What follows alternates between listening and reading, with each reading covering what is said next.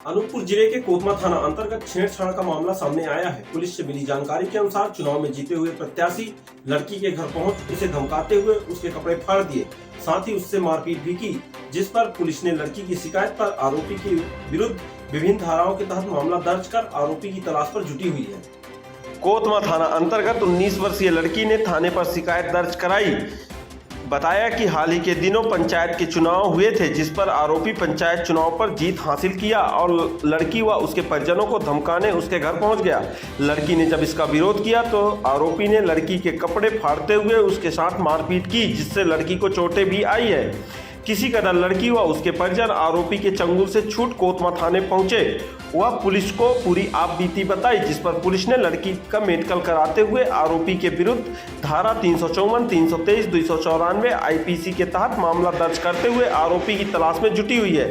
Police ने बताया कि लड़की और आरोपी का घर कुछ ही दूर पर है। पुरानी रंजिश के चलते यह झगड़ा हुआ है। आरोपी चुनाव जीतते ही इनको धमकाने इनके घर पहुंचा था। इसी को लेकर आरोपी ने लड़की को कपड़ा फाड़ दिया, वहीं इससे मारपीट भी की। हालांकि पुलिस आरोपी की तलाश पर जुटी हुई है। आरोपी को जैसे ही पता चला कि उसके विरुद्ध मुकदमा हुआ, आरोपी तब से गांव से फरार है।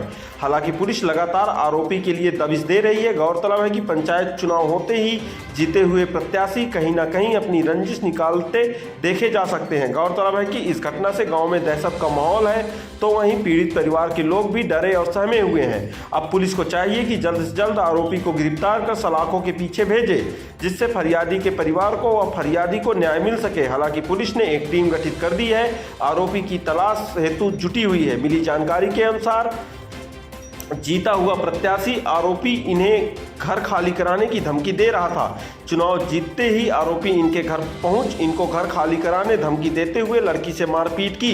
हालांकि इस घटना से कहीं ना कहीं गांव में दहशत का माहौल है। अब देखना होगा पुलिस आरोपी को कब तक गिरफ्तार कर सलाखों के पीछे भेज पाती है। कई जगह तो मतगणना स्थल पर ही विवाद की स्थिति निर्मित हो गई थी। हालांकि पुलिस ने समय पर मोर्चा संभालते हुए विवाद को आगे नहीं बढ़ने दिया, लेकिन कहीं ना कहीं फिर से क्षेत्र में विवाद की स्थिति देखी जा सकती है और सिर्फ इसका मुख्य कारण चुनाव है।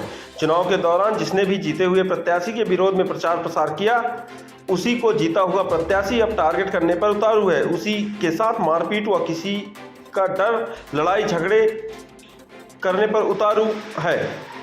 गौरतलब है कि 8 वर्ष बाद जिले में चुनाव संपन्न हुए हैं। कहीं ना कहीं प्रत्याशियों ने लंबा इंतजार किया और चुनाव के दौरान जिसने भी विपक्ष में प्रचार किया वह प्रत्याशी की नज़र में है। इसी बात को लेकर इस तरह की घटना व लड़ाई झगड़ा की बातें सामने आ रही हैं। हालांकि इस घटना से पीड़ित परिवार के लोग काफ़ी भयभीत हैं। दरअसल चुनाव जीते ही प्रत्याशी अपने आप को नेता मान बैठे हैं, इसलिए इस तरीके की घटना को अंजाम दे रहे हैं। वहीं कई जगह मारपीट की भी मामले सामने आए हैं। जीते हुए व हारे हुए प्रत्याशियों के बीच मारपीट की बातें सामने आई है। पुलिस के पास कुछ मामले पहुंच रहे हैं तो कुछ मामले गांव में ही सुलझा लिए जा रहे हैं, लेकिन कहीं ना कहीं चुनाव की रंजिश अब मारपीट पर उतारू है, जिससे इस प्रकार की घटना घटित हो रही है। हालांकि पुलिस को भी चाहिए कि ऐसे मामलों पर तत्काल कार्रवाई करते हुए मामले को आगे न बढ़ने दिया जाए। गौरतलब है कि जिले के जिला पंचायत, जनपद सदस्य, सरपंच पद और पंच पद हेतु का चुनाव 8 जुलाई को संपन्न हुआ। मतगणना भी मतदान स्थल पर हुआ, जिससे प्रत्याशियों को पता चल गया कि कौन जीता कौन हारा। इसी की जीत की खुशी को लेकर अब यह प्रत्याशी मारपीट व गुंडई पर उतारू हैं। किसी के घर में जाकर झगड़ा कर रहे तो किसी के दुकान के सामने शराब पीकर उत्पात मचा रहे। हालांकि समय समय पर इसकी शिकायत स्थानीय थानों पर पहुंचती है। अगर पुलिस लगातार समय पर कार्रवाई करे तो इस प्रकार की घटना घटित नहीं हो पाएगी। अब देखना होगा पुलिस इस प्रकार की घटना पर क्या कार्रवाई करती है।